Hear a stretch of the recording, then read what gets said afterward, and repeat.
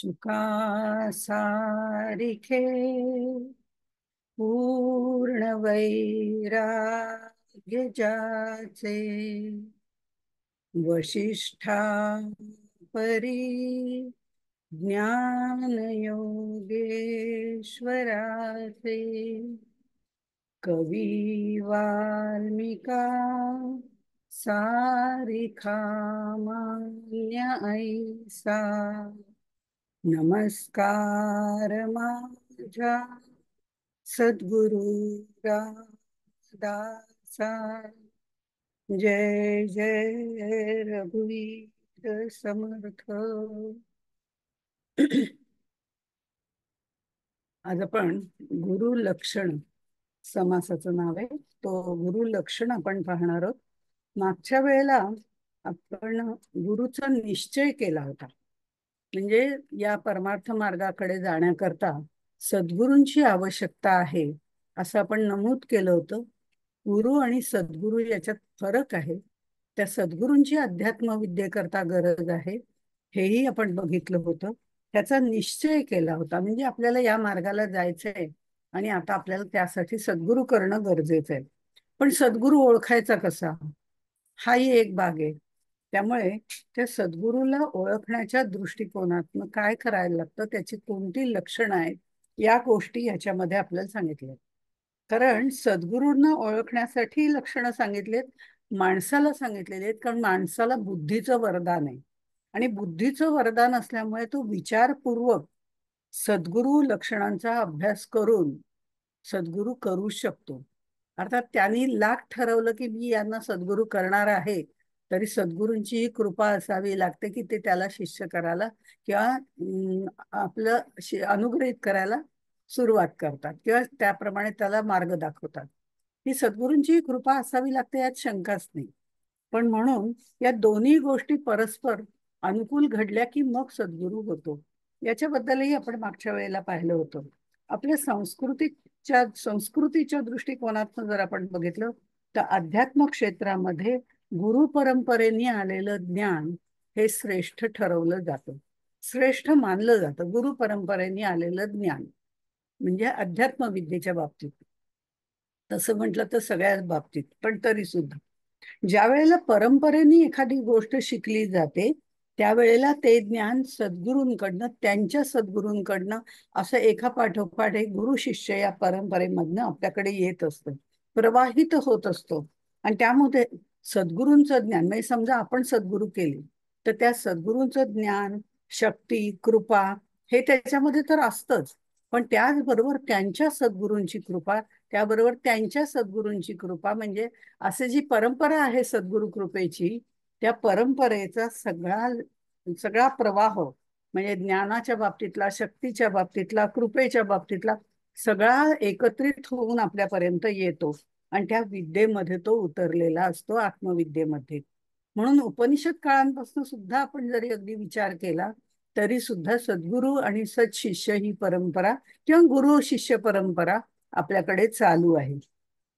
कठोपनिषदामध्ये यमाला, म्हणजे यमधर्माला, यमदेवाला नचिकेतानी सद्गुरू केलेलं आहे. पिप्पलाद मुनींना तर 6 जे ब्रह्मनिष्ठ ऋषी होते त्यांनी, प्रश्न उपनिषदामध्ये तो भाग आहे, त्यांनीही केलेला आहे. असं अनेकांनी सद्गुरू केलेले आहेत आणि परंपरागत केलेलं आहे. म्हणजे गीतेमध्ये सुद्धा आपण बघितलं तर अर्जुनानी सुद्धा भगवंतांना, म्हणजे श्रीकृष्ण हा त्यांचा सखा वगैरे, त्यांना नंतर म्हणजे तो भाग वेगळा, पण भगवंत या दृष्टिकोनातनं जे श्रीकृष्णाचं रूप होतं त्याला सद्गुरू केलेलं आहे. इतकंच नाही, ज्ञानदेवांनी सुद्धा नवनाथांची अख्खी परंपरा, गहनीनाथ वगैरे असं सगळ्यांची जर बघितली तर आपण तिथपासून त्यांनी तो प्रवाहित झालेला असा गुरु उपदेश घेतलेला आहे. त्या सगळ्या शक्ती त्याच्यामध्ये येतात, म्हणून त्याला महत्व आहे. समर्थ रामदास स्वामींना सुद्धा श्रीरामाने प्रत्यक्ष उपदेश केलेला आहे, मंत्र दिलेला आहे. थोडक्यात काय तर एखाद्या श्रेष्ठ जाणकार अशा व्यक्तीकडून, ज्यांनी अनुभव घेतलेला आहे, स्वानुभवाधिष्ठित आहे, अशाकडून आत्मज्ञान मिळवण्यासाठी सद्गुरू करणं गरजेचं आहे. आत्मज्ञान आणि सद्गुरू असे 2 शब्द मांडले. त्याचं कारण असं की सर्वसाधारण ज्ञान जे आहे ते वेगळं आणि आत्मज्ञान वेगळं. सद्गुरू वेगळं आणि गुरु वेगळं, हे दोन वेगवेगळे भाग आहेत. त्यामुळे आपण जर बघितलं, मी आता म्हटलं की विचार करून आपले सद्गुरू ठरवण्याची शक्ती मानवामध्ये आहे. म्हणून ते लक्षणं आपल्याला समजणं गरजेचं आहे, ती याच्यामध्ये सांगितलेली आहे. मोठा आहे समाज, खूप मोठा आहे, 72-73 काहीतरी मला वाटतं वयांचा आहे. पण किती आहे बघितलं नाही, पण बराच मोठा आहे. आणि त्यामुळे अगदी प्रत्येक ओवीने ओवी पाहण्याची गरज नाही, कारण त्यांनी बरेच ठिकाणी वेगवेगळ्या पद्धतीने तेच सांगितलेलं आहे आपल्या मनावर बिंबवण्याच्या दृष्टिकोनातून. आपण जर विवेकानंदांचा विचार केला, मी बुद्धीच्या दृष्टिकोनातून म्हणते, तर नरेंद्रांनी म्हणजे विवेकानंदांनी रामकृष्णांबद्दल ऐकलं होतं. ते त्यांना सद्गुरू करण्याकरता गेले होते, पण तरी सुद्धा त्यांनी ऐकलं होतं की यांना पैशाचा स्पर्श झाला की यांना लगेच त्रास होतो, भयंकर त्रास होतो. स्पर्श झाला तरी सुद्धा रामकृष्ण परमहंसांना. त्यामुळे त्यांनी बघितलं की यांची परीक्षा तर घेऊन बघूया.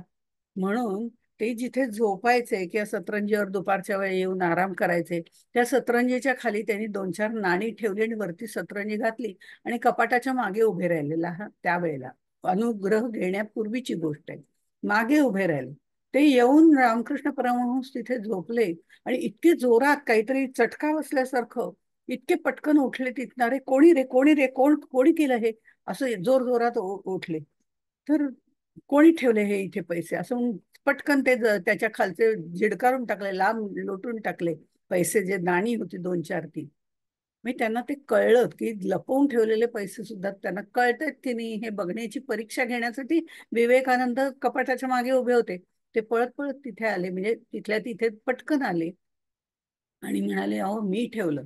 पण हा स्पष्ट वक्तेपणा पण त्यांच्यामध्ये होता, कबुली देण्याची पण ताकद त्यांच्यामध्ये होती की अहो मी हे ठेवले, दुसरे कोणी ठेवले नाही. मी दाराआड उभा राहिलो होतो, कपाटाच्या इथे उभा राहिलो होतो, कारण लोक काय म्हणतायत ह्याच्यावर नुसता मी विश्वास ठेवणार नाही, मला ते करून बघायचं होतं की खरंच तसं होतं का. आणि म्हणून मी तुमची परीक्षा घेतली असं नाही, पण ते खरं आहे का नाही हे पाहण्यासाठी मी या गोष्टी केल्या. असं म्हटल्यावरती ते शांत झाले, एकदम शांत झाले. कारण नरेंद्र हा आपला शिष्य होणार आहे, त्याला शिष्यत्व द्यायचंय हे त्यांनी मनापासून ठरवलं होतं. पण तो काही आपणहून आल्याशिवाय आपण द्यायचं नाही, हेही त्यांनी ठरवलं होतं. आणि तो म्हणाला की नरेंद्र, तू फार छान केलंस. गुरुला नेहमी तपासून घ्यावं, दिवसा तपासावे, रात्री पण तपासावे, असं त्यांनी म्हटलं. आणि नरेंद्रने आपली परीक्षा घेतली म्हणून, किंवा तो प्रश्न विचारतोय वेळ सारखं, काही ना काहीतरी आपल्या विरुद्ध हे करून बघतोय आणि माझी परीक्षा घेतोय, हे त्यांच्या लक्षात आलं होतं. पण त्यांनी त्यांचा कधी तिरस्कार केला नाही, कारण सद्गुरू पारखून घ्यावा, अर्थात त्यासाठी शिष्य पण तेवढ्या तयारीचा असावा लागतो, हेही तितकंच खरं आहे. म्हणजे शिष्य पारखून सद्गुरू पारखून घ्यायचा असेल तर आपल्याला सुद्धा तेवढं ज्ञान असणं गरजेचं आहे. आणि ते हे विचाराने तो पारखून घ्यायचा आहे. कारण सद्गुरू निरूपण जे आता आपण बघणार आहोत, किंवा सद्गुरू जे आहेत त्यांची लक्षणं जर आपण पाहायला सुरुवात केली, तर ते निर्गुण परब्रह्माचं सगुण रूप आहे. चालतं बोलतं परमार्थ, किंवा चालता बोलता परमेश्वर, किंवा चालतं बोलतं परब्रह्म, असं त्याचं वर्णन केलं जातं. आणि त्यामुळे ते वेगळे नाही, आणि त्यांच्याशी एकरूप नंतर आपल्याला व्हायचंय, इथपर्यंतचा हा प्रवास आहे. हे सद्गुरूंबरोबर एकरूप होणं म्हणजेच परब्रह्माबरोबर एकरूप होणं, याची सुरुवातीची पायरी म्हणता येणार नाही, पण जवळजवळ शेवटाला पोचलेलं, पण तरी सुद्धा परब्रह्माशी एकरूप होण्याची तयारी आहे, असं म्हणता येईल.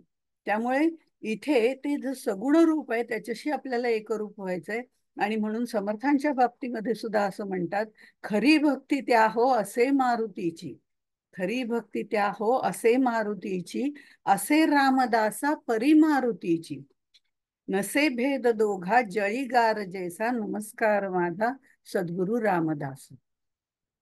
नसे भेद दोघा जळी गार जैसा, म्हणजे ह्याच्यामध्ये त्यांनी असं, जेव्हा भगवंताचं दर्शन व्हावं असं वाटायला लागतं, त्यावेळेला भगवंतावर निष्ठा तर असायलाच लागते. आणि ती निष्ठा निर्माण झाल्यानंतर आपोआपच सद्गुरूंचं मार्गदर्शन आपल्याला मिळतं, सद्गुरूंचं दर्शन आपल्याला मिळतं. आणि म्हणून पुढचे जे 6-7 जे 2 दशक आहेत, ते परमेश्वराचं म्हणजे दर्शन अशा पद्धतीचे ते आहेत. म्हणजे कशा पद्धतीने घेता येतं अशा तऱ्हेने सांगितलेले पुढचे दशक आहेत. आत्ता आपला 5वा जो आहे तो मुमुक्षुत्व आणि शिष्यानी सद्गुरू करणं ही प्रक्रिया त्यांनी पहिल्यांदा सांगितलेली आहे. आता खरं तर याच्यामध्ये जर आपण बघितलं, जळी गार जैसा, जळी गार जैसा असं म्हटलंय. त्या दोघांमध्ये भेद नाही, पण भेद कसा आहे की पाण्यामध्ये बर्फाचा तुकडा, गार म्हणजे पूर्वी गारा पडायच्या ना, पूर्वी म्हणजे हल्ली पडतात, पण गारा पडतात ना, तशा पद्धतीने बर्फ आपल्या दृष्टीने आता जर बघितलं तर बर्फ. तर पाण्यामध्ये जर बर्फ टाकला तर दोघांमध्ये काय भेद आहे म्हटलं तर तत्वतः काहीही भेद नाही. पण म्हटलं तर भेद आहे, कारण हे पाणी आहे आणि ती आतमध्ये पडलेला बर्फाचा तुकडा आहे. हा जो भेद आहे की आम्हाला दिसायला हा शिष्य आणि हा सद्गुरू आहे, पण इथे मात्र ते दोन्ही तत्वरूपानी एकरूपच होऊन जातात. असं एकरूपत्व येण्यापर्यंतचा हा सगळा प्रवास असल्यामुळे सद्गुरू हे पारखूनच घ्यावे लागतात. आणि त्या दृष्टिकोनातनं त्यांची लक्षणं आपल्याला माहिती असणं अत्यंत गरजेचं आहे. कारण काय आहे की आपल्याला ज्या वेळेला सद्गुरू करायचा असतो त्यावेळेला आपण गुरु करायचा असतो असं म्हणूया. सुरुवातीला गुरु करायचं असते, आम्हाला संगीत शिकायचंय, संगीताचं ज्ञान मिळवायचंय, त्यातला गुरु करायचंय, तर आपण म्हणतो त्यांच्या कोणत्या डिग्री आहेत त्या काय संगीतातल्या असतील त्याच्यापैकी, त्यांचे त्यांचे गुरु कोण होते, मग त्यांचे गुरु अमुक अमुक होते, त्यांना अमुक अमुक डिग्री आहेत, अच्छा त्यांनी त्या ह्याच्यामध्ये डॉक्टरेट पण केलेली आहे. म्हणजे एवढं सगळ्या डिग्र्या आम्ही तपासून बघतो. आता त्यांच्याकडे जायला हरकत नाही, मलाही याच पद्धतीचा अभ्यास करायचा आहे. यांचा हा विषय होता डॉक्टरेटला, त्यांचा तो विषय होता, मला याच्यातलंच बघायचंय, मग मला त्यांचा सद्गुरू म्हणजे त्यांना आपल्याला गुरु करायला संगीताच्या बाबतीत हरकत नाही. इथे कुठेतरी डिग्र्या म्हणा, त्यांची प्रसिद्धी म्हणा, त्यांचं वर्तन म्हणा, त्यांचे सद्गुरू म्हणा, ह्या सगळ्या गोष्टी आपल्याला डोळ्यासमोर असतात. पण अध्यात्म विद्येमध्ये ज्या वेळेला सद्गुरू करायचं असतं तेव्हा तिथे कुठलीच डिग्री नसते. या सद्गुरूंची ही डिग्री आहे, त्यांना अध्यात्म विद्येमध्ये यांनी यांच्याकडनं ज्ञान मिळवले, त्यांचे सद्गुरू आपल्याला माहिती असतात, त्यांची सद्गुरू परंपरा माहिती असते, पण म्हणून त्यांना कुठली डिग्री लावलेली आपण बघत नाही. ज्ञानदेवाने एम.ए. PhD अमकं डमकं काय होतं, त्यांनी ह्याच्यामध्ये डॉक्टरेट केली होती, असल्या काही डिग्र्या नव्हत्या. त्यामुळे त्यांच्या लक्षणांवरनं, त्यांच्या वर्तनावरनं, त्यांच्या एकूण चारित्र्यावरनं आपल्याला ते शिकावं लागतं. आणि त्यासाठी ते ज्ञान असणं आपल्याला अत्यंत गरजेचं असतं. पण मग ते ओळखण्यासाठी सद्गुरू कुणाला म्हणायचं, ही लक्षणं इथे सांगितलेली आहेत. मुळामध्ये समाजामध्ये ह्या सगळी बॅकग्राऊंड का सांगते, या अनुषंगाने या ओव्या सांगितलेल्या आहेत. त्यामुळे हे महत्वाचं आहे. समाजामध्ये आपण सातत्याने बघितलं तर उपासना चालते, वेगवेगळ्या ठिकाणी वेगवेगळ्या, प्रत्येक जण काही ना काहीतरी ज्ञान मिळवण्यासाठी, आत्मज्ञान मिळवण्यासाठी प्रयत्न करत असतो. या जन्मी नाही, पुढच्या जन्मी पण होऊ शकतं. आणि तो ज्यांच्याकडे शिकतो त्याला सद्गुरू असं, त्याला गुरु असं म्हटलं जातं, आणि जो शिकतो त्याला शिष्य असं म्हटलं जातं. अशी ही गुरु परंपरा आपल्याकडे काळापासून चालू आलेली आहे. वैद्यकीय शिकण्यासाठी आपण त्या डॉक्टरांकडे जातो, संगीत शिकण्यासाठी त्या व्यक्तीकडे आपण तिथे जातो. पण अध्यात्म विद्येची खरी डिग्री कोणाकडे आहे, कोणाकडे सर्टिफिकेट आहे, हे मात्र आपल्याला कळत नाही.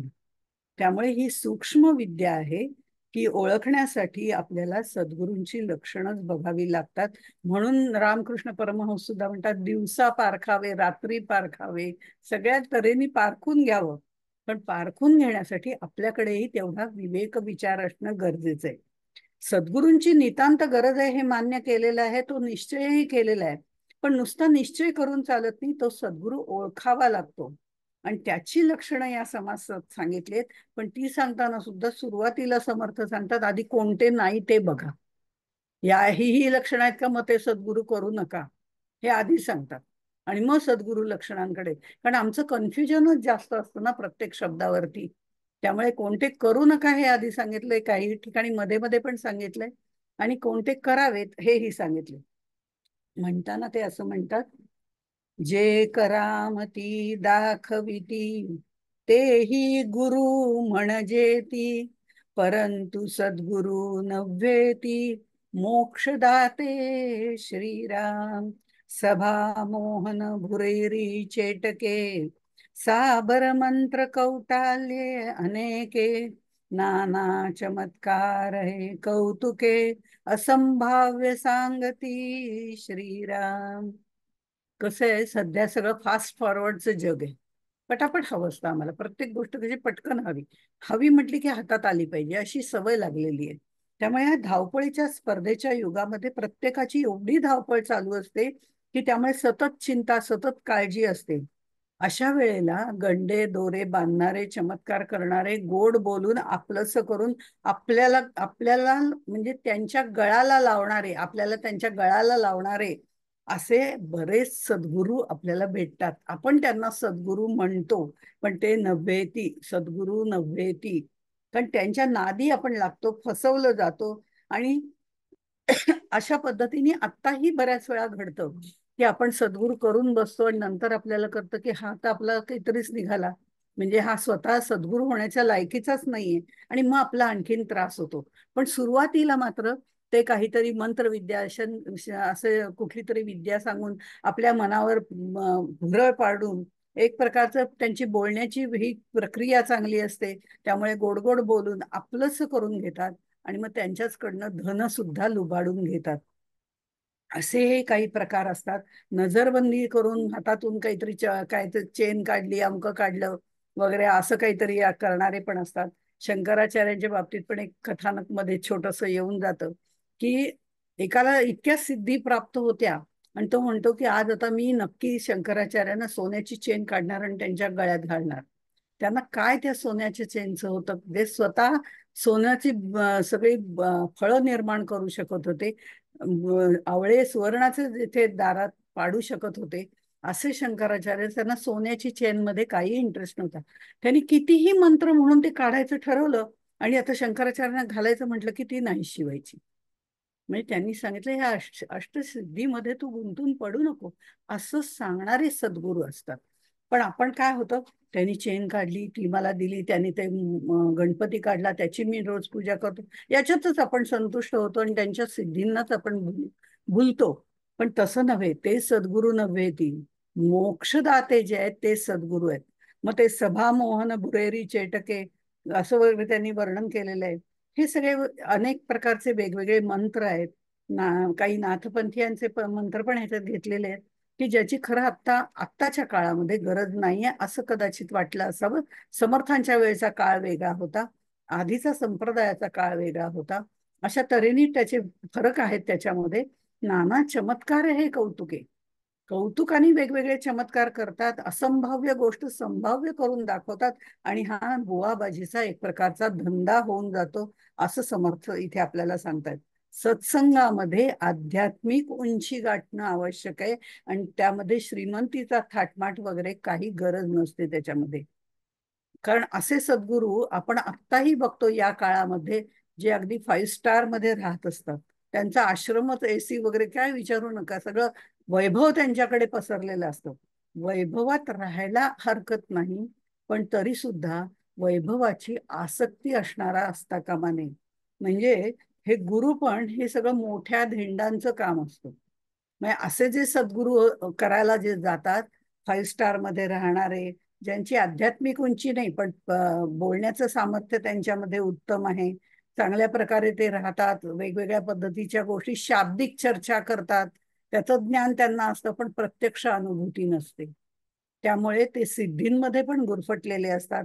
असे जे आहेत ते सद्गुरू नव्हेती, असं त्यांनी सांगितलं. चमत्कार मग समर्थांनी केले नाहीत का? खरं पाहिलं तर समर्थांनी त्यांच्या जीवनामध्ये फारसं महत्व चमत्कारांना दिलेलं नाही.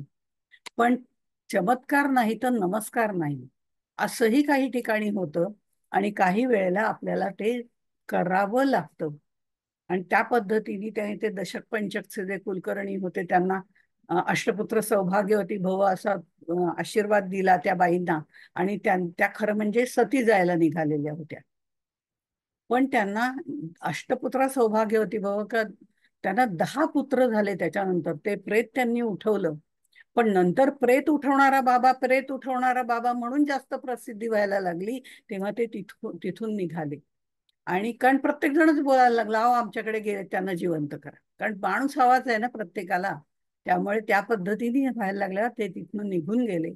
आणि ते म्हणले ही माझी गोष्ट नाही. त्यावेळेला मी ध्यानाला बसलो होतो, माझ्या तोंडून बांगड्यांचा आवाज आला. मी म्हटलं अष्टपुत्रा सौभाग्यवती भव. बाकी ते सुद्धा मी म्हटलं असं म्हणतच नाही.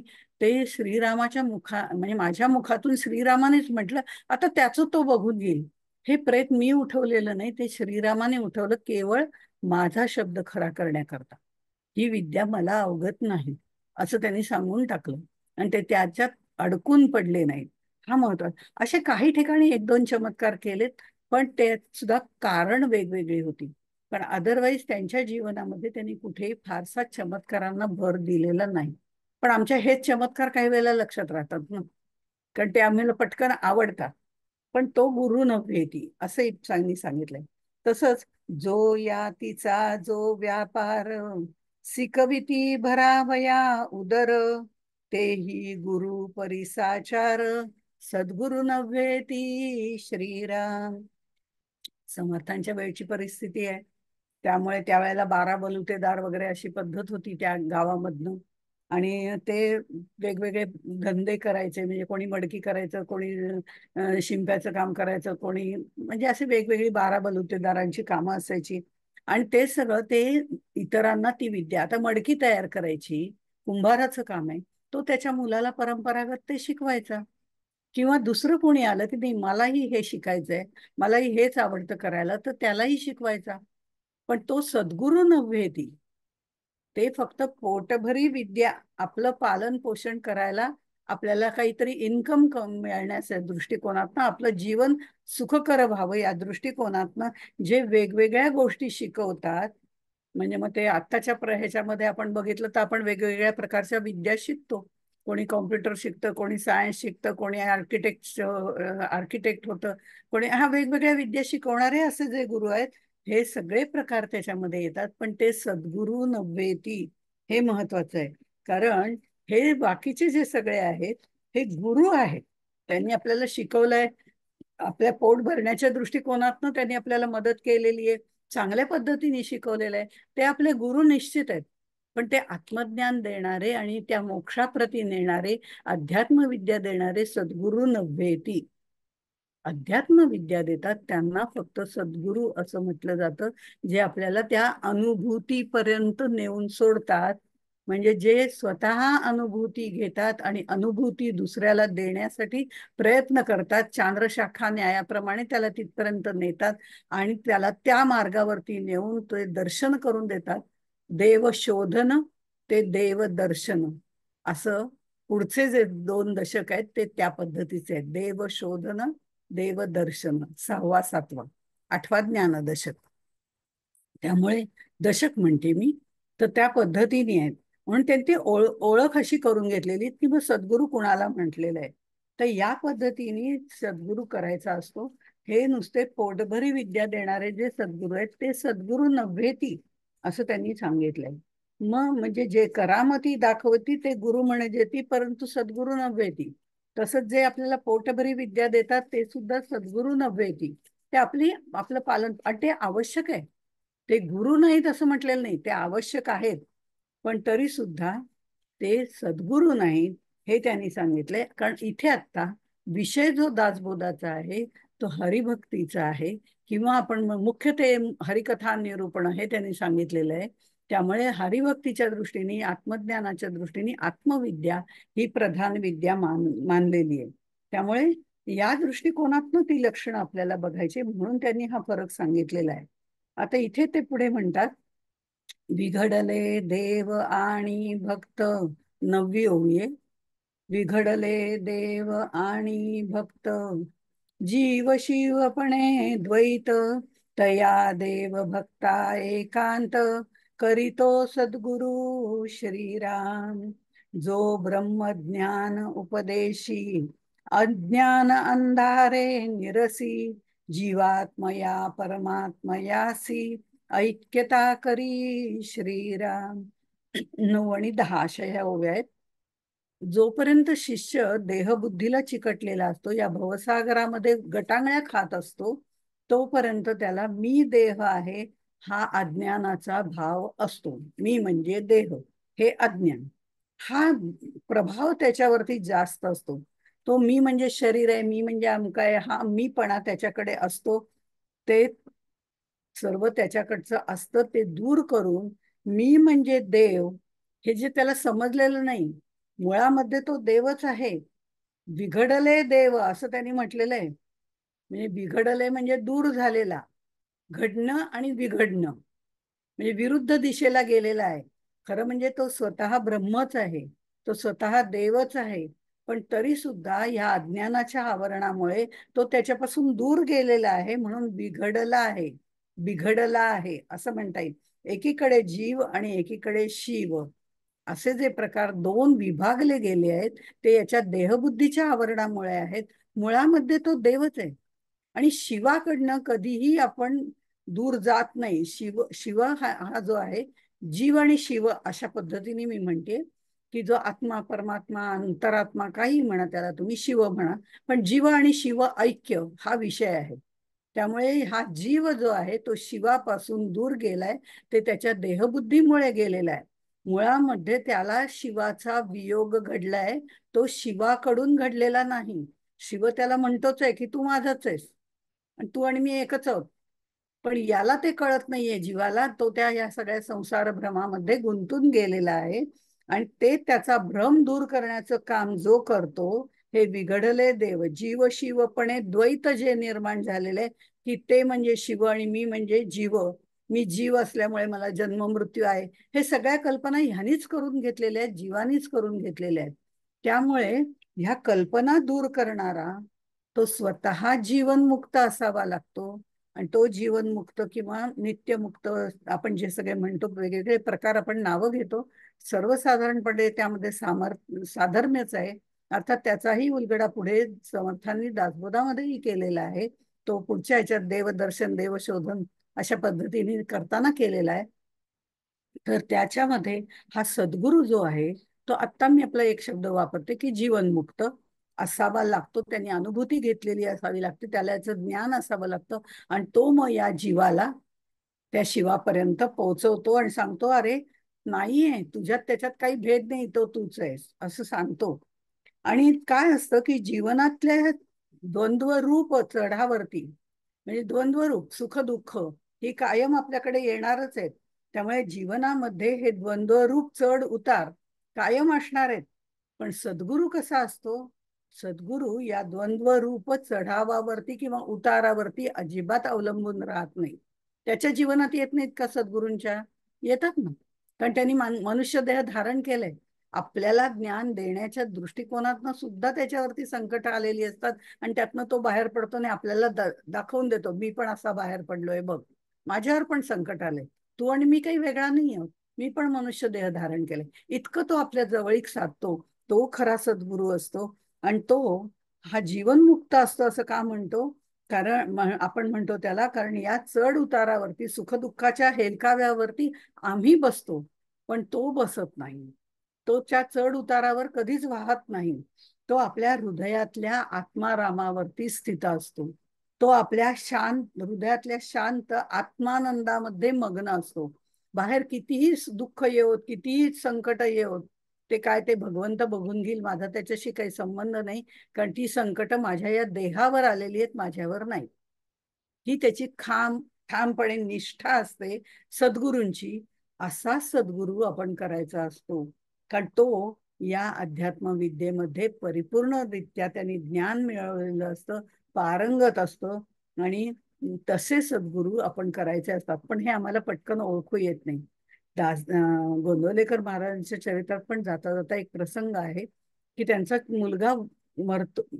मरतो म्हणजे त्यावेळेला त्यांना सांगितलं, तर ते अगदी शांत असतात. इथे आम्हाला वर खाली काय करू, कसं करू, का झालं, कसं झालं, इतक्या ह्या हेलकाव्यांवरती आम्ही बसलेलो असतो. पण त्यावेळेला गोंदवलेकर महाराजांना जेव्हा कोणीतरी ही वार्ता नेऊन दिली, त्यावेळेला ते म्हणले, जेवढ्या दिवसापुरत ती संगत होती ती चांगली होती. म्हणजे त्याचा माझी जेवढी संगत होती जेवढ्या वेळापुरती दोन ओंडक्यांची होते सागरात भेट, तशा पद्धतीने जेवढ्या वेळ संगत होती ती छान होती. एवढं एकच उत्तर त्यांनी दिलं. करायचं ते सर्व नंतर त्यांनी केलं, पण तरी सुद्धा अत्यंत शांत मुद्रेमध्ये त्यांनी सगळं केलेलं आहे. इतकंच कशाला, अगदी आत्ता आपण गोंदवलेकर महाराज म्हणजे परमात्मापदी पोचलेले वगैरे असं आपण त्या दृष्टिकोनातून म्हटलं तर ते राहू दे. आपल्याला टिळकांचं उदाहरण माहितीये. टिळकांच्या चरित्रामध्ये उल्लेख आहे की ज्या वेळेला प्लेगची साथ आली त्यावेळेला त्यांचा मुलगा त्याच्यामध्ये गेला. आता ह्याच्यामध्ये ते लेख लिहित बसले होते. ते म्हणले तेवढा पूर्ण झाला की येतो. कारण त्यांनी असा त्यावेळेला उद्गार काढलेले आहेत की गावाला आग लागली की आपल्या घरातली एखादी गोरी तरी जाणारच त्याच्यामध्ये. गावात आग लागली किंवा होळी पेटवली तर आपली एखादी गोरी, गोरी म्हणजे शेणाची जी थापलेली असते आणि ती अग्नीमध्ये टाकली की पटकन भडका घेते, वाळलेली असते त्यामुळे. तर ती गावात आग लागली की एखादी तरी घरातली गोरी जळायचीच, एवढंच त्यांनी म्हटलं आणि लेख पूर्ण केला आणि ते गेले. म्हणजे इथे सुद्धा ते पूर्णपणे शांत मनस्थितीमध्ये होते, कारण जन्म आणि मृत्यू हा देहाला आहे हे ते ओळखून होते. तेही त्याच पद्धतीने राहिलेले आहेत. पण टिळक म्हटल्यावर थोडस, गोंदवलेकर महाराज म्हटलं की आपल्यामध्ये आपल्याला त्यांच्यातलं देवत्व जास्त दिसतं. टिळक म्हटलं की थोडं आत्ताच्या काळातलं वाटतं म्हणून उदाहरण दिलं. आणि म्हणूनच ब्रह्मज्ञानाचा उपदेश करण्यासाठी हे लोक पात्र असतात. ब्रह्मज्ञानाचा प्रकाश भक्ताला दाखवून ते त्याचं देहबुद्धीचं अज्ञान अंधार दूर करतात. गुरु अंधार दूर करणारा असं जे म्हटलं जातं, हेच लोक जीवाशिवाचं ऐक्य करू शकतात. आणि सद्गुरू हा समर्थांचा आदर्श पुरुष आहे. आणि त्यांचे सद्गुरू श्रीराम होते आपल्याला माहिती आहे. आणि त्यामुळे ते म्हणतात सद्गुरू सारखा दुसरा आदर्श पुरुष नाही. पण तो त्यांनी पुरुषत्व धारण केलेलं आहे, त्यांनी देह धारण केलेला आहे. आणि म्हणून ते म्हणतात, ते पुढे असं म्हणतात, ते उदाहरण देतात बाबतीमध्ये. भव व्याघ्रे घालून उडी, 11वी ओवी. भव व्याघ्रे घालून उडी, गोवत्सास तडा तोडी, केली देखोनी शीघ्र सोडी, तो सद्गुरु जाणावा श्रीराम. आता इथे त्यांनी रूपकात्मक घेतलेलं आहे काही ठिकाणी, की कसं आहे, एक गाय आणि वासरू दोघं जण, अगदी सरळ शोभा साधा अर्थ आपण बघूया. भव व्याघ्रे घालून उडी, गोवत्सास तडा तोडी, केली देखोनी शीघ्र सोडी, तो सद्गुरु जाणा. गाय आणि वासरू हा दृष्टांत आहे. गाय आणि वासरू दोघं जण तिथे होते, एकमेकांशी प्रेमाने हे करत होते. तेवढ्यात तिथनं व्याघ्र म्हणजे वाघ आला आणि त्याने त्या वासरावरती हल्ला केला आणि त्याला घेऊन तो फरफटत दूर गेला.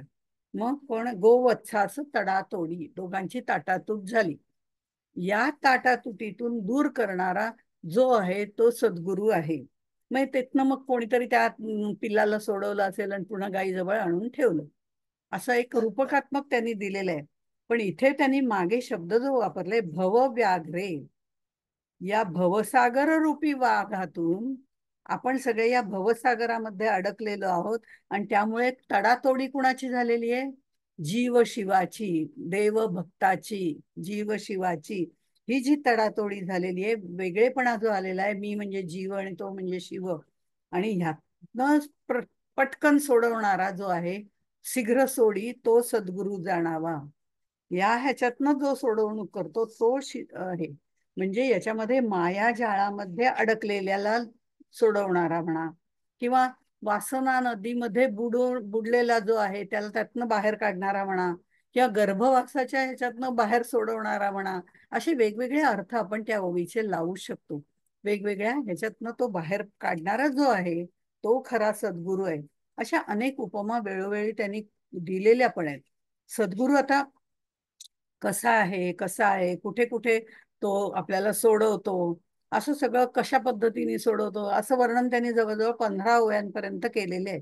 आणि मग 15व्या ओवीमध्ये ते आपल्याला सांगतात, फोडोनी शब्दांचे अंतर, वस्तू दाखवी निजसार, तोची गुरु माहेर, अनाथांचे श्रीराम.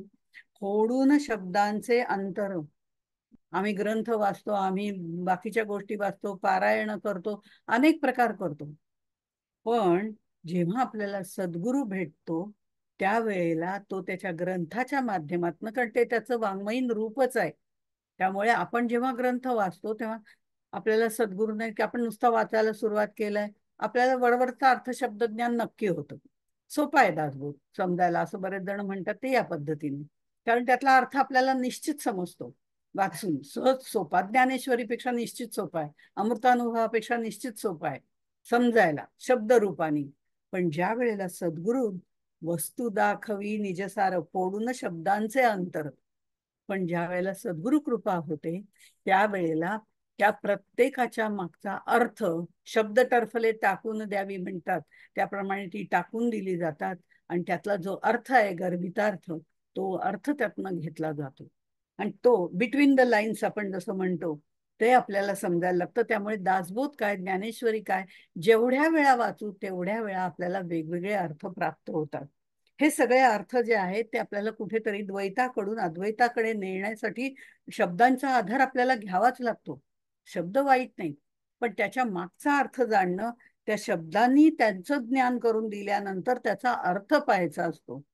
मनाच्या श्लोकात सुद्धा किंवा दासबोधात सुद्धा समर्थांनी गणेशानंतर शारदेचं वंदन केलेलं आहे. का केलंय? परंपरा आहे. गणेश, शारदा, मग काय सद्गुरू, ही ठरलेली आहेत. कोणताही ग्रंथ घ्या याच पद्धतीने केलेलं असतं. पहिली ही तीन नावं नक्की, गणेश, शारदा, सद्गुरू, अशा पद्धतीने. किंवा मग आता हे करताना त्या वाणीचंच का नंतर केलंय? आधी गणेशाचं केलं, मग नंतर वाणीचंच का केलं? करायचं होतं ना, सद्गुरूंचं केलं असतं तरी चाललं असतं. कबीर म्हणतात की दोघं उभे राहिले तर मी सद्गुरूंना वंदन करीन, मग यांनी तसं का नाही केलं? नाही, त्याचं कारण चत्वार वाणींच्या देवतेचं वर्णन आधी करणं गरजेचं आहे. कारण ती निजवस्तू दाखवण्यापूर्वी त्याचं वर्णन करावं लागतं, कारण ती निजवस्तू आम्ही पाहिलेली नाही, जी अवर्णनीय आहे. आणि ती अवर्णनीय आहे, ती नुसती शब्दरूपाने आम्हाला समजूनही काही उपयोग होत नाही. त्याचं कारण असं, त्याचा मागचा अर्थ उलगडत गेलं तर आम्हाला अर्थाकडनं ते जे शब्द आहेत ते शब्द टरफलं बाजूला सारून त्यातला अर्थ घेऊन आम्हाला त्या परमात्म्याच्या दिशेने वाटचाल करता येते. आणि हे समजण्यासाठी सद्गुरूंनी सोप्या शब्दात सांगून आम्हाला सांगितलं पाहिजे, म्हणून त्यांनाही शारदा प्रसन्न असावी लागते, आणि आम्हालाही ते कळण्याच्या दृष्टिकोनातनं आम्हालाही शारदा प्रसन्न असावी लागते, म्हणून शारदेचं वंदन आणि मग सद्गुरूंचं वर्णन आहे. अशा पद्धतीने केलेलं आहे. तत्वमसीचा बोध हा शाब्दिक बोध जरी सद्गुरूंनी दिला तरी त्याचा गुह्य अर्थ आम्हाला कळायला लागतो ना, आणि मग तो आम्हाला परमेश्वराच्या दिशेने नेतो. म्हणून शब्दांचे अंतर फोडून दाखवणारा तो सद्गुरू आहे. मग तो ग्रंथरूपाने तुमच्यामध्ये असेल, वाङ्मयीन मूर्ती म्हणून असेल, प्रत्यक्ष असेल, सगळ्या गोष्टी आनंददायीच असतात, हे निश्चित आहे. कारण जे आत्मस्वरूपाकडे नेतात ते खरे म्हणजे सद्गुरू असतात, आणि तिथपर्यंत जाण्याचा मार्ग ते दाखवतात. आत्मारामामध्ये सुद्धा समर्थ म्हणतात, तू समर्थांचे लेकरू, अभिमाने घेतला संसारू. म्हणजे हे जर वाक्य बघितलं तर म्हणतील, अच्छा समर्थांचं लेकरू नाही, आम्ही काही श्रीरामाचे नाही, आम्ही या कुळातली, असं आम्ही लगेच म्हणू. अरे तू समर्थांचे लेकरू, तो समर्थ जो आहे ना, सगळ्यात समर्थ असलेला, त्याचा तू लेकरू आहेस, त्याचाच अंश आहेस, त्याचाच शिवाचाच जीव आहेस, हे त्यातनं सांगायचंय. पण म्हणताना त्यांनी सहजपणे सांगितलं, तू समर्थांचे लेकरू, अभिमानी घेतला संसारू. हे सगळे अभिमान तुझ्यामध्ये घेतले ना, म्हणून तुला तू जीव वाटतोस. तू जीव नाही, तू शिवच आहे, परब्रह्मच आहेस, तत्त्वम असी, हा त्यातनं उपदेश केलाय. आम्ही वाचताना, आत्माराम वाचताना नुसतं म्हणतो तू समर्थांचे लेकरू अभिमान. अच्छा, म्हणजे मग अभिमान सोडला की जमेल का? मग मी अभिमान सोडण्याचा प्रयत्न करीन, झाला इथे पण मी आलाच, हा प्रकार होतो. त्यामुळे सद्गुरू शब्द फोडून दाखवतात, हे महत्वाचं आहे. जीव एक दे 16वी ओवी, जीव एक देशी बापुडे, तयासी ब्रह्मची रोकडे, फेडी संसार साकडे, वचन मात्रे श्रीराम. जीव हा एकदेशी असतो असं आपण नेहमी वाचतो. एकदेशी असतो म्हणजे एका वेळी एकाच ठिकाणी असतो. मी आता ह्या खोलीमध्ये बसले म्हणजे मी इथेच असणार आहे. माझ्यात अशी ताकद नाहीये, मी जीव आहे, माझ्यात अशी ताकद नाहीये की मी इथे पण आहे, बाहेरच्या खोलीत पण आहे आणि आणखीन तिसऱ्या ठिकाणी घरी पण आहे एखाद्यांच्या. एवढी माझ्यात ताकद नाही. जीव एकदेशी असतो आणि म्हणजे देश काल परिस्थिती यांनी परिच्छिन्न असतो. काळाच्या बाबतीत सुद्धा तो एका ठराविक काळातच असतो. तो चिरंजीव नाही, सप्तचिरंजीवांसारखा ही तिन्ही त्रिकाळ सर्व काळामध्ये उपलब्ध आहे असा नाही. त्यामुळे जीव एकदेशी असतो असं त्यांनी म्हटलं. तयास ब्रह्मची रोकडे. आणि ब्रह्म कसं आहे? सर्वदेशीय, एकाच वेळी सदा सर्वत्र असतची असे, अशी त्याची अपरिच्छिन्न अशा पद्धतीने त्याची व्याख्या केली जाते. तो हा ब्रह्म सर्वदेशीय असतो आणि त्याचं ज्ञान, ते गुह्य ज्ञान करून देणारा, केवळ उपदेशाने करून देणारा आणि जीवाला परब्रह्म स्वरूप बनवणारा असा हा सद्गुरू असतो. आणि त्यांनी सांगितलेले जे शब्द असतात, पुन्हा शब्दांच्या इथे येते, त्यांनी सांगितलेले जे शब्द असतात, मग ते मुखाने सांगितले तर सोने पे सुहागा, पण समजा ते नसतील आणि वाङ्मयीन मूर्ती म्हणून त्यांच्या ग्रंथाचा अभ्यास आपण केला, तर त्या शब्दांमध्ये सुद्धा त्यांच्या गुरु परंपरेचं, त्यांच्या तपश्चर्येचं, त्यांच्या साधनेचं, त्यांच्या ज्ञानाचं सगळं सामर्थ्य त्याच्यामध्ये असते, आपली निष्ठा असेल तर. हे पुढे आहे ना. म्हणून नेता पण बराबर माझा हा ग्रंथ वाचून झाला, तो ग्रंथ वाचून झाला, त्याचं पारायण झालं, ह्या ग्रंथातलं मला कळायला लागलं, त्याचं शब्दाचे अर्थ माझ्याकडे डिक्शनरीच आहे, त्यामुळे मी सांगेनच तुम्हाला कुठला हवा असेल तो. इतकं सगळं ज्ञान ते फक्त फाफट पसारा असतो, शब्दरूपी फाफट पसारा. या शब्दांना मोल निश्चित आहे, कारण ते सद्गुरु स्वरूपाने आपल्याकडे येणं आणि त्याच्यातलं अंतर फोडून दाखवणं, म्हणजे त्यातला अर्थ उलगडून दाखवणं, हे महत्वाचं आहे. शब्दातून वेदांचं श्रवण करावं, ते द्वैताचं निरसन करतात, संदेह मावळतात, पण त्याला सद्गुरु कृपा असावी लागते. म्हणून त्यांनी पुढे एक शब्द वापरलेला आहे, वेद विरहित टवाळी. तोही एक हे आहे, तोही एक काय ओवी आहे ती, की त्याच्यामध्ये त्यांनी म्हटलं की वेद विरहित टवाळी. कारण वेदांमध्ये जसं सद्गुरूंच्या शब्दामध्ये सामर्थ्य आहे, सद्गुरूंनी वेद प्रचिती घेतलेली आहे, त्यामुळे त्यांच्या शब्दातून वेदांचं श्रवण केलं तर ते द्वैताचं निरसन करतात, संदेह मावळतात, कारण ते फक्त वेदांच्या रुचांना धरूनच बोलतात सद्गुरू. निश्चितपणे त्याचं मूळ अधिष्ठान वेदांचंच असतं आणि त्यामुळे आपल्याला इतर ते काही बोलत नाहीत. आणि वेदांमध्ये आत्मज्ञानाचंही वर्णन केलेलं आहे, वेदांत असंही त्याला म्हटलं जातं. तो शेवटच्या भागामध्ये त्याचं केलेलं आहे. काही 80% भाग वेदांचा सुद्धा कर्म पर उपासना पर असा असला तरी ती पहिली बैठक आहे. आणि मग शेवटचा जो भाग आहे वेदांत ज्याला म्हटलं जातं, त्याच्यामध्ये मात्र अध्यात्म ज्ञानाची प्राप्ती कशी करून घ्यावी याविषयी विश्लेषण आहे. म्हणून वेदविरहित टवाळी तो करत नाही, उगीच काहीतरी आवाळ टवाळ इकडचं तिकडचं काहीतरी सांगत नाही, वेदाधिष्ठितच सगळ्या गोष्टी सांगतो. त्यामुळे आपल्याला निस्संदेह ज्ञान होतं. निस्संदेह आपल्याला सुरुवातीला आलेलं आहे ज्ञान, कोण पहिल्या दशकामध्ये पहिल्या समासामध्ये निसंशय ज्ञान प्राप्त करावे, हे निसंशय ज्ञान आहे ना, ते सद्गुरू आपल्याला देत असतो. आणि पुढे आणखीन त्यांनी असं सांगितलंय, शिष्यास 21वी ओवी आहे, शिष्यास न लावती साधन, न करविती इंद्रिय दमन, ऐसे गुरु अडक्याचे तीन, मिळाले तरी त्यजावे श्रीराम. आता जे आपल्याला शम दम साधन चतुष्टय करा असं बिलकुल सांगत नाहीत. न लावती साधन, काही साधना विधना करायची गरज नाहीये असं जे आपल्याला सांगतात, इंद्रिय आपल्यासारख्या ना, ज्यांनी जीवाचं अज्ञान धारण केलेलं आहे, अज्ञानाचं बंधन घेतलेलं आहे, मी म्हणजे जीव समजतोय, अशा आपल्याला ते कुठेही आडकाठी करत नाही की नाही नाही काय वाटेल ते तुम्ही करा, काही हरकत नाही, मी तुम्हाला आत्मज्ञान देतो. इंद्रिय दमन करण्याचं काही गरज नाही, इंद्रियांवर कशाला ताब्यात ठेवायला पाहिजे, काही गरज नाही, तुम्ही तुम्हाला पाहिजे तसं वागा, मी तुम्हाला आत्मज्ञान देतो. शिष्यास न लावती साधन, कोणतं साधनही करायची गरज नाही. आता गुरु कसा नसावा हे जवळजवळ त्यांनी 27-28 ओव्यांपासून नाही, जवळजवळ 43 ओव्यांपर्यंत सांगितलंय. मधनं मधनं सद्गुरू कसा असावा हेही सांगितलंय त्या अनुषंगाने. पण 22वी ओळ, 28वी ओळ वगैरे त्याच्यात नाही सांगितलेलं. पण बाकीचं बघितलं तर 21 ते 43 मधल्या काही ओव्या वगळता गुरु कसा नसावा ह्याच आधी जास्त वर्णन केलंय. कारण आपल्याला आता त्याची गरज आहे. हा गुरु करणं योग्य नाही हे आपल्याला कळ. इंद्रिय दमन करायला शिकवतो, जीवाची अविद्या देहबुद्धी नष्ट करतो आणि भगवंताच्या कृपेने जीवशिव ऐक्य तुझं निश्चित होईल असं सांगतो. तो खरा सद्गुरू असतो. भोंदू लोकांची त्यांनी या सगळ्या 43 ओव्यांपर्यंत समर्थांनी संभावना केलेली, तुच्छताने म्हटलेलं आहे त्यांना, की इंद्रियांचं दमन करायला लावत नाही, इंद्रियांवर ताबा मिळवायला लावत नाही, तेही शिकवत नाही, त्याचं मार्गदर्शन करत नाही, साधन चतुष्टयाची बैठक करून घेत नाही. असे जे गुरु आहेत ते सद्गुरु नव्हेती, हे महत्वाचं. काहीच करून घेत नाहीत, नुसतं त्यांच्या मागे धावायला सांगतात. ही पूजा करा, ती पूजा करा, एवढे पैसे खर्च करा, तेवढं हे करा, असं मोठं झालं पाहिजे, तसं केलं पाहिजे. उत्तम वक्ते असतात, असे लोक उत्तम वक्ते असू शकतात, असतात. धार्मिक अभिनय ते छान करतात.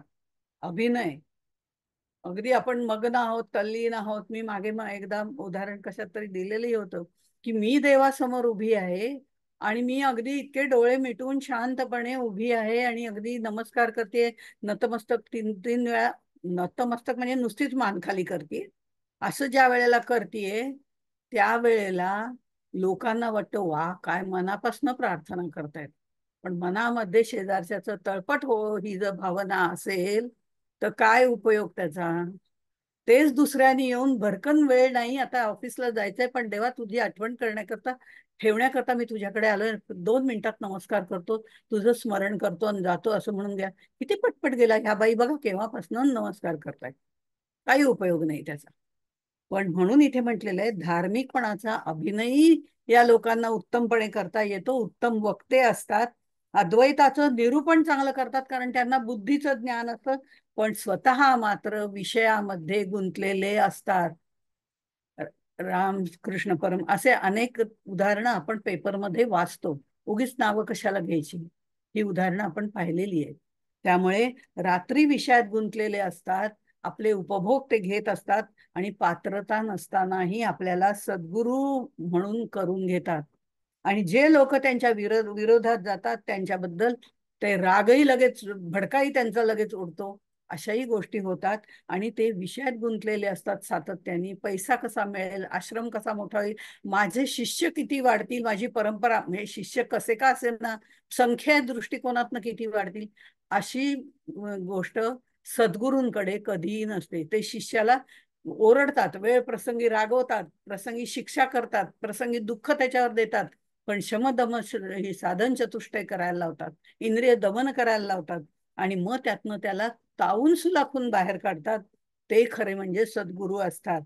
आणि त्यामुळे अशी जी बाकीची लोक आहेत, आणि मी मगाशी मुद्दामून उल्लेख केला होता की रामकृष्ण परमहंसांनी विवेकानंदांना सांगितलं होतं, गुरु नेहमी पारखून घ्यावा, दिवसा पारखावा, रात्री पारखावा.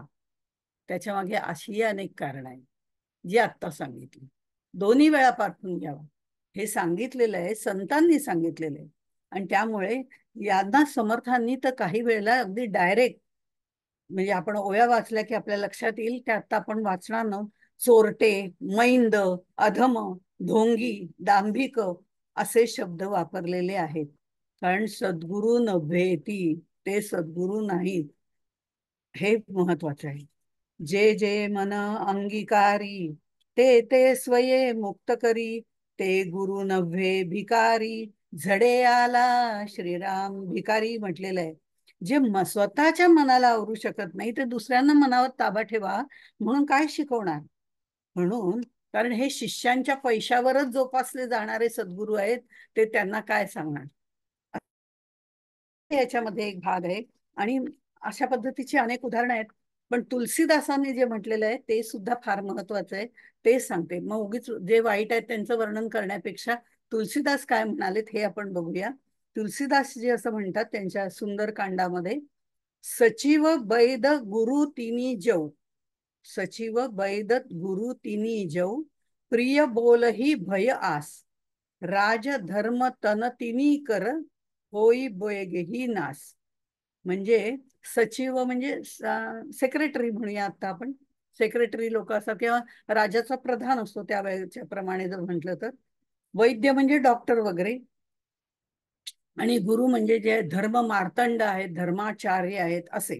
हे तिघेही जण, सचिव वैद गुरु, तिन्ही जो, हे तीनही जण पैसा, प्रसिद्धी आणि या आशेवर किंवा कुणाच्या तरी भीतीमुळे, कोणीतरी सांगितलं असेल तुमच्या मार्फत आम्हाला हे राजकारण करायचंय, आत्ताचं राजकारण, तर तुम्ही आता ते वाढवत चला, अशा कुणाच्या तरी दडपणाखाली येऊन, असंही होऊ शकतं ना. तर कुणाच्या तरी भीतीने, आता भीती कुठे येते? अगदी खोल विचार केला तर द्वैतात येते. इथेच सद्गुरु जर अद्वैत तत्वावरती आरूढ झाले असतील तर त्यांना कशाचीच भीती नसते. माझे एक शिष्य आहे का 10 शिष्य आहेत का हजारो आहे त्याची चिंता नसते. तसं त्यांना भीती ही द्वैतात येते.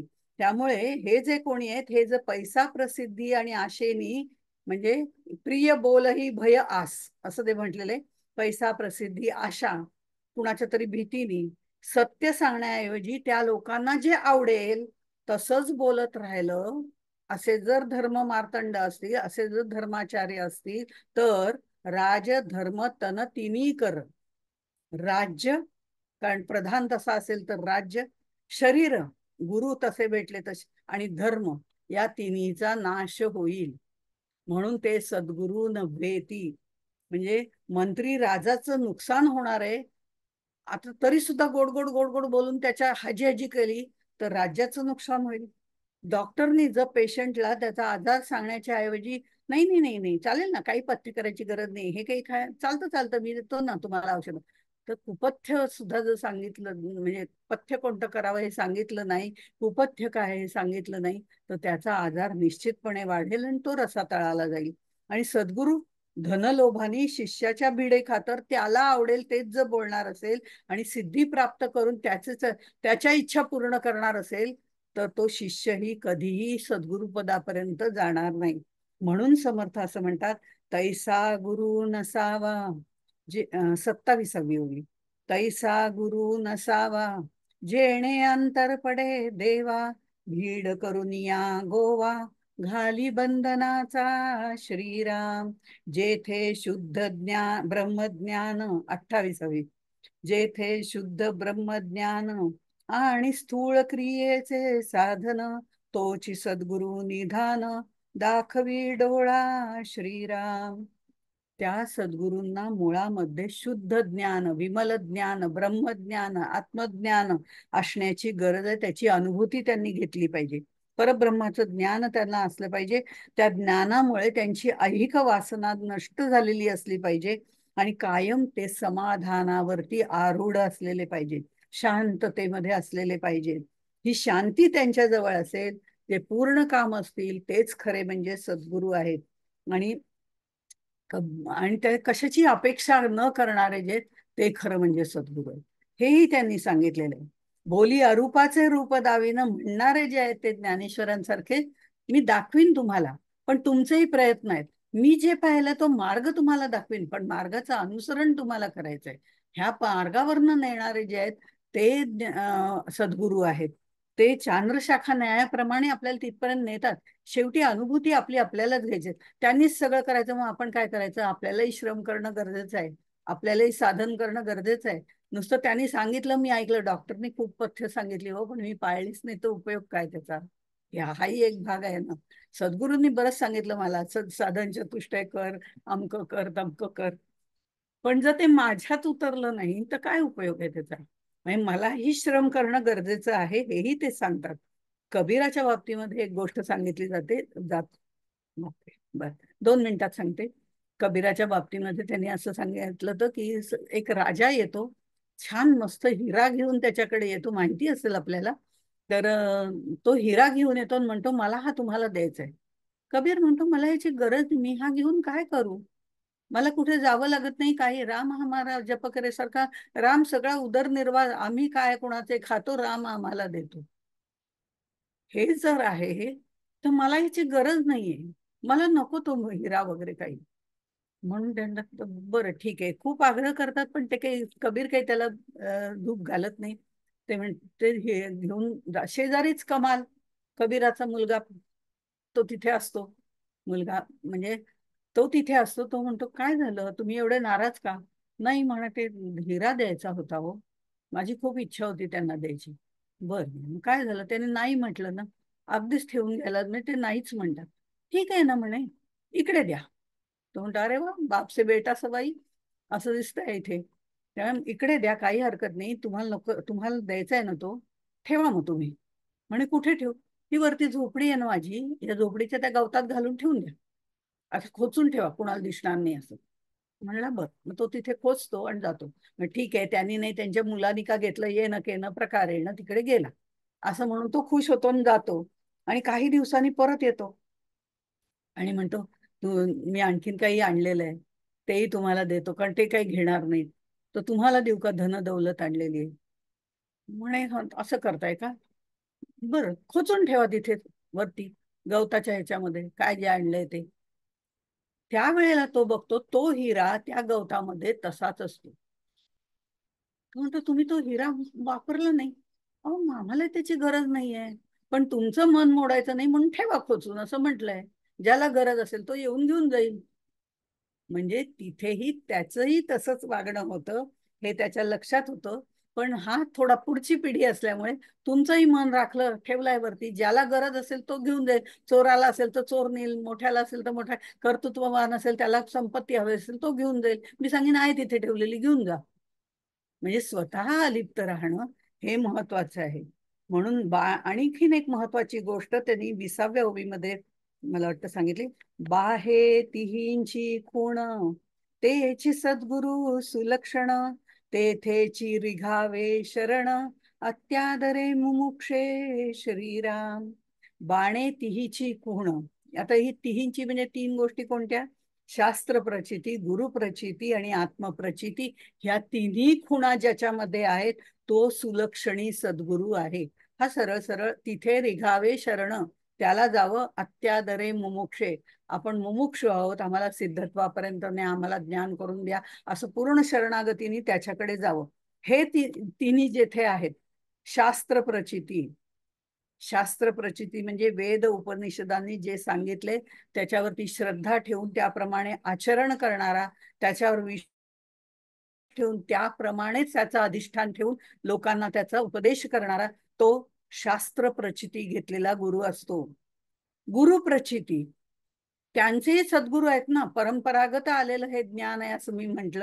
ते गुरु प्रचिती म्हणजे त्यांच्या गुरूंना आलेली प्रचिती, त्यांच्या गुरूंनी त्यांना सांगितलेली असते. ती गुरु प्रचिती ते तुम्हाला सांगणार आहेत.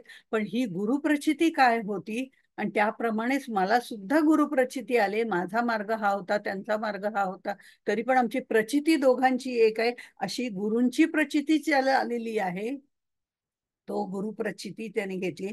आणि त्या गुरुप्रचितीच्या मार्गावरनं जाऊन चांद्रशाखा न्यायाप्रमाणे सद्गुरूंनी त्यांना दाखवलेला मार्ग आचरण करून ते ज्ञान आत्मसात ज्यांनी केले, आणि ती आत्मप्रचिती ज्यांनी घेतलेली आहे, आत्मानुभूती घेतलेली आहे, त्याप्रमाणे वागणारे ते तिन्ही, जिथे जेथे ती बाणे तिहीची खूण, ती खूण जिथे आपल्याला दिसते ते सद्गुरू. श्रुतींप्रमाणे वागणारे, गुरु आज्ञेप्रमाणे वागणारे आणि स्वानुभूतीवरती अधिष्ठान ठेवणारे, असे जे आहे ते सद्गुरू, ज्यांना परब्रह्माचं दर्शन झालेलं आहे, असे सद्गुरू करावे, असंही त्यांनी मधून मधून आपल्याला काही ओव्यांमध्ये सांगितलेलं आहे. 43 पर्यंत गुरु कसा नसावा हे सांगितलंय. सिद्धीमुळे अनेक प्रकारचे अहंकार निर्माण होतात, त्यांचीही देहबुद्धी वाढते, तेही गुरुपदापर्यंत जवळजवळ पोचलेले असतात. पण जसजशी ते त्यांच्या सिद्धींचा वापर करतात, तसतशी त्यांची शक्ती कमी कमी होत जाते. किंबहुना त्यांच्या शरीराचा अंत झाला की सिद्धी जातातच, हा तर भाग आहेच. पण सद्गुरूंचे गुरुतत्व कायम अंतरांगामध्ये फिरत असतं, आणि शारीरिक अंतानंतर सुद्धा त्यांच्या प्रतिक्रिया त्यांच्या समाधीच्या ठिकाणी काही वेळाला आपल्याला दर्शनास येतात. असे जे सद्गुरू आहेत, त्यांचं जे अंतरंगातलं अस्तित्व आहे ते तिथे कायम असतं. ते देहरूपाने गेले तरी समाधीच्या ठिकाणी असतं, ग्रंथांमध्ये असतं. म्हणजे मग सद्गुरू कसा हवा हेही महत्वाचं आहे. ते त्यांनी 45 ते 54 ओव्यांमध्ये सांगितले. आणि ते सांगताना ते असं म्हणतात, सद्गुरूंच्या काही गोष्टी बघायच्या नसतात. सद्गुरूंच्या काही गोष्टी बघायच्या नसतात. बाहेर बाणे तीही खूण आहे, बरोबर आहे. पण आम्ही सद्गुरू करतो ते देहधारी सद्गुरू आहेत. आपल्या मनाला जे आवडतं, जे आपल्याला आनंद वाटतो आणि जे आपल्या आनंदासारखं करायला लावतात ते आम्हाला सद्गुरू वाटतात. पण ते गुरु नव्हे ती. कारण जे इंद्रिय दमन साधन करायला शिकवतात, द्रव्यासाठी विकले जात नाहीत, शिष्याला आत्मज्ञान कसे होणार याची ज्यांना चिंता असते, ते खरं म्हणजे सद्गुरू असतात. आणि तेच सगळे सांगताना त्यांनी असं म्हटलं की सद्गुरू मग कसं ओळखायचा, तर त्याच्या 7 गोष्टी पाहू नयेत असं त्यांनी सांगितलेलं आहे. 7 गोष्टी त्यांनी पाहू नयेत. सद्गुरूंचं शरीराचा रंग कोणता आहे, गोरे नाही, खूप गोरे आहेत, छान आहेत, दिसायला अगदी मस्त आहे. त्यामुळे मला तेच सद्गुरू आवडतात. गरज नाहीये सद्गुरू शरीराचा रंग पाहू नये, अगदी असंच पद्धतीने सांगितलंय. सद्गुरूचं रूप पाहू नये. काय देखणा, प्रचंड देखणं रूप आहे त्यांचं. गरज नाहीये. म्हणजे नाम आणि रूप आणि शरीराचा रंग हा अशा शाश्वत नाहीच हे आपल्याला कळायला लागतं ना, तर आपण त्यांच्या रंगरूपावरती म्हणजे भुरळ पडत नाही आपल्याला. म्हणून त्यांना त्यांना ज्यांना स्वरूपाचं दर्शन झालंय ते रूप आपण पाहावं. स्वरूपाचं दर्शन झालेलं ते स्वरूप त्यांचं आपण पाहावं, त्यांच्या रूपावरती रंगावरती जाऊ नये. तिसरं, त्यांचं वय पाहण्याची गरज नसते. ज्ञानदेवांसारखे आपण जर बघितलं तर वयाने लहान होते पण ज्येष्ठ होते, श्रेष्ठ होते. त्यामुळे हे महत्वाचं आहे की वय माझ्यापेक्षा लहान आहे, तो काय मला शिकवणार, ही भावना तिथे असू नये. आपण जरी वयाने मोठे झालो तरी आपण श्रेष्ठ असतो असं नाही, आपण गुंतलेलेच असतो. त्यामुळे वयाचाही भाग बघू नये. शरीराचं रंगरूप, वय, त्यांचं लौकिक शिक्षण सुद्धा बघू नये. लौकिक म्हणजे ज्यांना आत्मज्ञान झालेलं आहे ते नक्की किती ग्रॅज्युएट तरी होते का? नाही शिकले. अगं बाई, 7वी पण नव्हते का शिकले? मग त्यांना सद्गुरू करू का नको, कारण मी डॉक्टरेट केलेली आहे असा अहंकार आम्हाला असतो. म्हणून त्यांचं शिक्षणही पाहायची गरज नाही, कारण त्यांना आत्मज्ञानाचं शिक्षण परिपूर्णरित्या आहे. लौकिक शिक्षण पाहायचं नाही.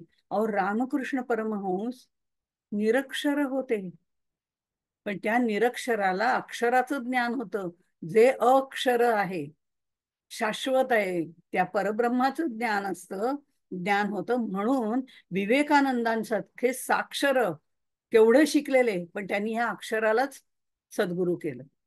हे जर आपल्या डोळ्यापुढे उदाहरण आहे, तर लौकिक शिक्षण बघण्याची गरज नाही. त्यांचे नातेवाईक कसे आहेत, सद्गुरूंचे नातेवाईक, त्यांचे लग्न विग्न झालेले पण असू शकतात ना सद्गुरू, नाही असं नाही. मग नातेवाईक बरे आहेत का, कसे आहेत, काय आहेत, असं बघण्याची गरज नाही. सद्गुरूच पाहावा.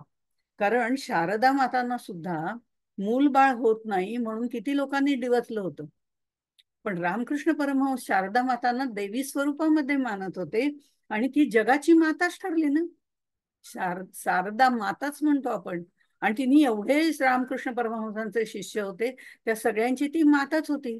1-2 मुलं लौकिक दृष्ट्या प्राप्त करून काय करायचंय, हे जे ज्ञान आहे. त्यामुळे त्यांचे नातेवाईक, मुलं, बहीण, भावंड बघण्याची गरज नाही. भाषा शुद्धी पण बघण्याची गरज नाही. अहो, फारच काहीतरीच बोलतात ते, आणि पाणी बोलतात, अमकं बोलतात, गरज नाही. चोखा महाराज बघा, किंवा जनाबाई बघा, त्यांच्या अभंगांमधनं असे शब्द येतात. पण त्यांना आत्मज्ञान झालेलं होतं, हे महत्वाचं आहे. अक्कलकोट स्वामी, भाषा शुद्धीवर आठवण झाली, अक्कलकोट स्वामी तर कितीतरी वेळा शिव्यांची लाखोली वाहत असत, चिडले की. पण ते बघण्याची गरज नाहीये. त्यांचं आत्मज्ञान कुठपर्यंत आहे, ते स्वरूपाची प्राप्ती झालेली आहे, ते त्यांचं ब्रह्मज्ञान कसं आहे ते बघायचंय. त्यांची भाषा कशी का असे ना, बरं राहते घर कसं आहे, नाही म्हणजे काय अगदीच एका खोलीत राहत होतो झोपडीमध्ये, आणि मला तिकडे जाणं जमतच नाही, नकोच वाटतं तिकडे जायला. मग कसे सद्गुरू करायचे? त्यांचं राहतं घरही बघू नये.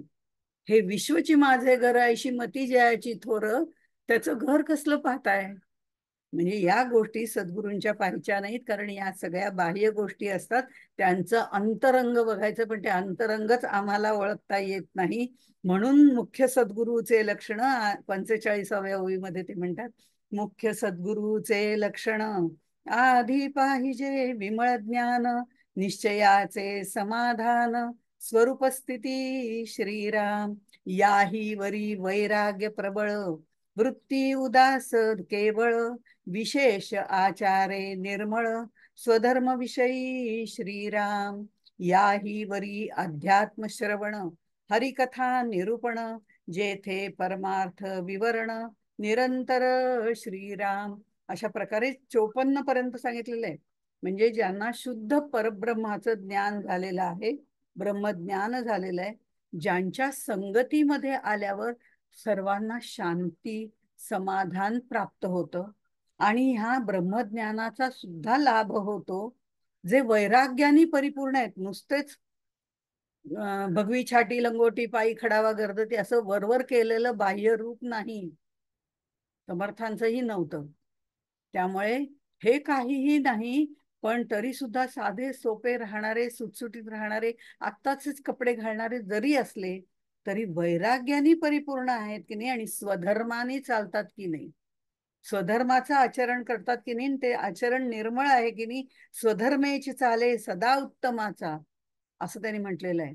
ते जे आहेत ते समाधान त्यांच्याकडे निश्चळपणे आहे, ते कोणत्याही गोष्टीवरती अवलंबून नाही. असं जे अंतरात्म्याचं ज्ञान झालेलं आहे, असे जे पूर्ण काम झालेले आहेत, जे ते सगळं होऊन सुद्धा लोकांना कळण्यासाठी वेगवेगळ्या प्रकारच्या हरिकथांचं निरूपण करतात, अध्यात्माचं श्रवण लोकांकडनं करवून घेतात, लोकांना विवरण करून सांगतात. अंतरंगात परब्रह्माचं स्थान दृढ आहे.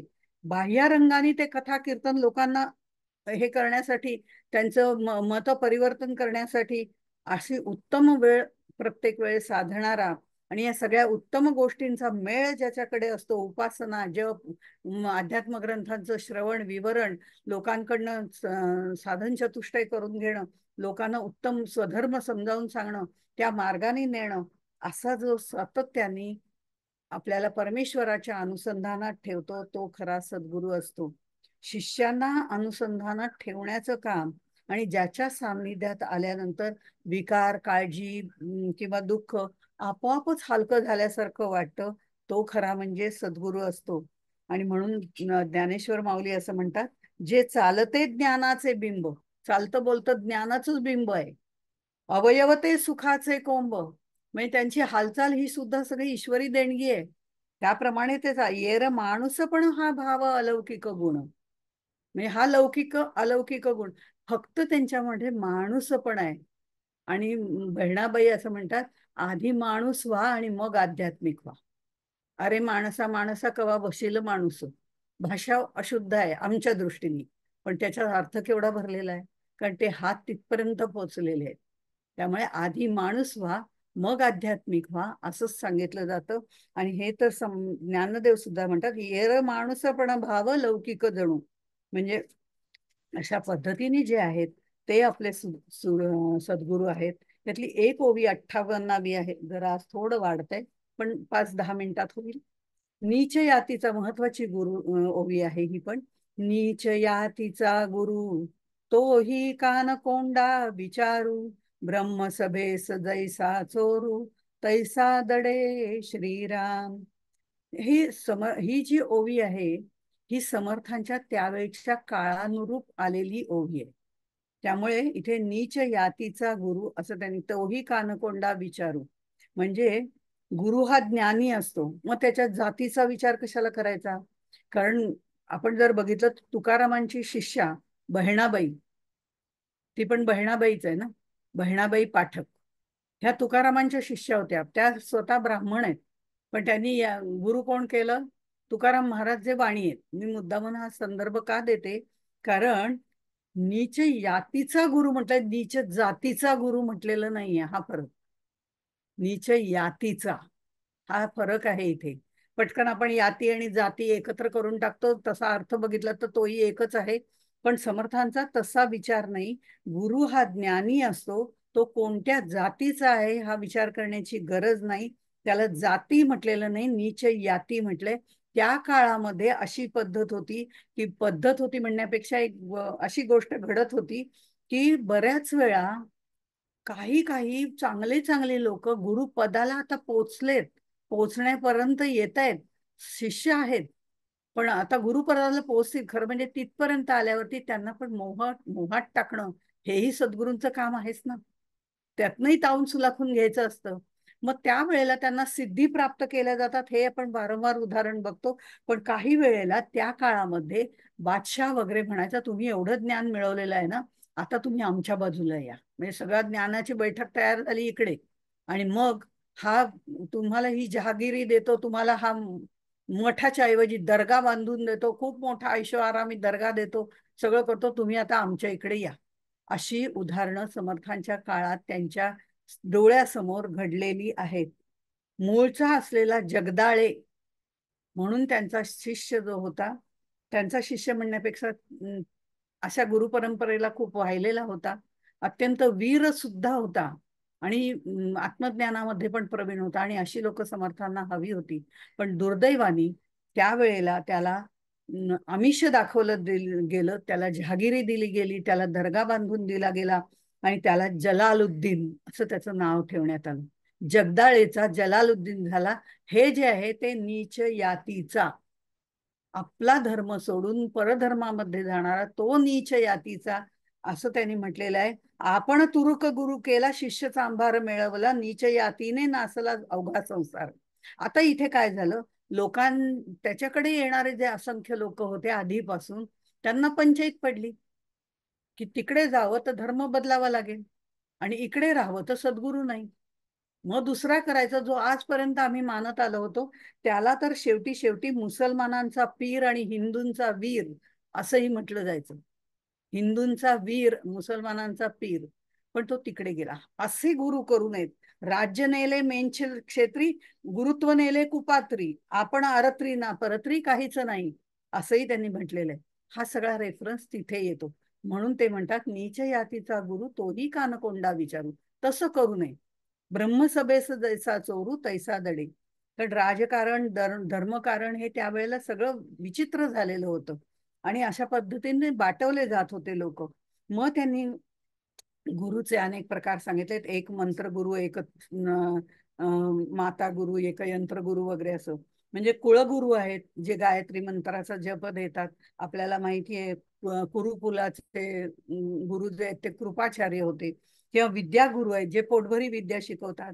माता गुरु, पिता गुरु हे तर आपले जन्मापासूनच असतात. तर तीही एक ओवी ह्याच्यामध्ये येते. कोणी म्हणते माझा मीच गुरु, हे मात्र काही खरं नाही. इथे अहंकार आहे तोपर्यंत सद्गुरू येणार नाहीत, हे निश्चित आहे. इथे ज्ञानाची मर्यादा संपते, श्रद्धेचा प्रांत सुरू होतो, आणि ज्ञान प्राप्ती करता सद्गुरू आवश्यक आहेत. आणि आत्मज्ञानातून येणारे सद्गुरू आणि सद्गुण, कारण सद्गुरू हे सद्गुणांचं अधिष्ठान आहे. त्यामुळे आत्मज्ञानातून येणारे सद्गुण आणि अज्ञानी जीवाबद्दलची दया, आणि त्यांना त्या मार्गावर नेणारे आणि आनंद स्वरूप पंथाला लावणारे, राघवाच्या पंथाला लावणारे, असं समर्थ म्हणतात. पण ज्याचे जे गुरु असतील ते, त्या सगळ्या सद्गुरूंना इथे त्यांनी वंदन केलेलं आहे. आणि ते वंदन करताना हे तीन तर त्यांनी सांगितलंच आहेत मुख्य सद्गुरूचे लक्षण. वैराग्य पाहिजे, उदास वृत्ती पाहिजे, विशेष आचार म्हणजे स्वधर्माचा आचार पाहिजे, मन निर्मळ पाहिजे, आणि त्याहीवरी अध्यात्म श्रवण वगैरे या सगळ्या गोष्टी. निरंतर हा शब्द शेवटी आहे, त्यामुळे ते निरंतर असणं 47व्या ओळीमध्ये, हे सातत्य पाहिजे. सद्गुरू झालो आता काही नाही, आता मी सद्गुरू झालो, एवढे शिष्य तयार झाले, आता मी नाही हे केलं तरी चालेल. सातत्य हा भाग महत्वाचा आहे. कारण इथे कोणतीही डिग्री कुठेही दिलेली नाही सद्गुरूंना. ते त्याच्या आचरणातून सातत्याने दिसलं पाहिजे, हा महत्वाचा भाग आहे. अशा तऱ्हेने त्यांनी हे वर्णन केलेलं आहे. आणि त्यामुळे ते सांगताना असं म्हटलेलं आहे, तुकाराम महाराजांनी म्हटलेले, सद्गुरू वाचोनी सापडेना सोय, धरावे ते पाय आधी आधी, आपणासारखे करीती तात्काळ, नाही वेळ काळ तया लागी, लोह परिसासी नसहे उपमा, सद्गुरु महिमा अगाध. पण तो सद्गुरु महिमा ओळखण्यासाठी आधी सद्गुरूंची लक्षणं आपल्याला कळली, आणि त्या लक्षणाचं अनुसरण करणारा जो आहे, अनुकरण करणारा, अनुसरण करणारा, त्या मार्गाने जाणारा जो आहे, त्याचं निरीक्षण आपण करावं लागतं. त्याचे आपले जर धागे जुळले, वेवलाईत जुळल्या, तर सद्गुरू सत्शिष्याकडे आपणहून येतात. सद्गुरूकडे जाण्यासाठी सत्शिष्य आणखीन पुढे मार्गक्रमणा करतो. आणि अशा तऱ्हेने सद्गुरू हे महत्वाचे आहेत अध्यात्म विद्येकरता. त्यांना कोणतीही डिग्री नसते, म्हणून त्यांची लक्षणं इथे सांगितलेली आहेत. त्या सद्गुरूंना, कारण ते गुरु तत्व म्हणून पण राहतात ना. सद्गुरु तत्व पण आहे आणि आपल्यासाठी असणारे चालते बोलते सद्गुरू पण आहेत. ग्रंथरूपाचे सद्गुरू आहेत. नक्की कोणता निवडायचा हाही एक भाग आहे. त्यामुळे तशा पद्धतीने सद्गुरूंना एकदा निश्चय केला, त्या सद्गुरूंपर्यंत जाण्याची ओढ निर्माण झाली, सद्गुरू प्राप्त आपल्याला होतात आणि मग ते आपल्याला देवदर्शन, ते देव शोधन कसं करायचं, देवदर्शन कसं करायचं ते सांगतात. ते खरे सद्गुरू असतात. अशा सद्गुरूंना वंदन करून आपण इथेच थांबू. जय जय रघुवीर समर्थ.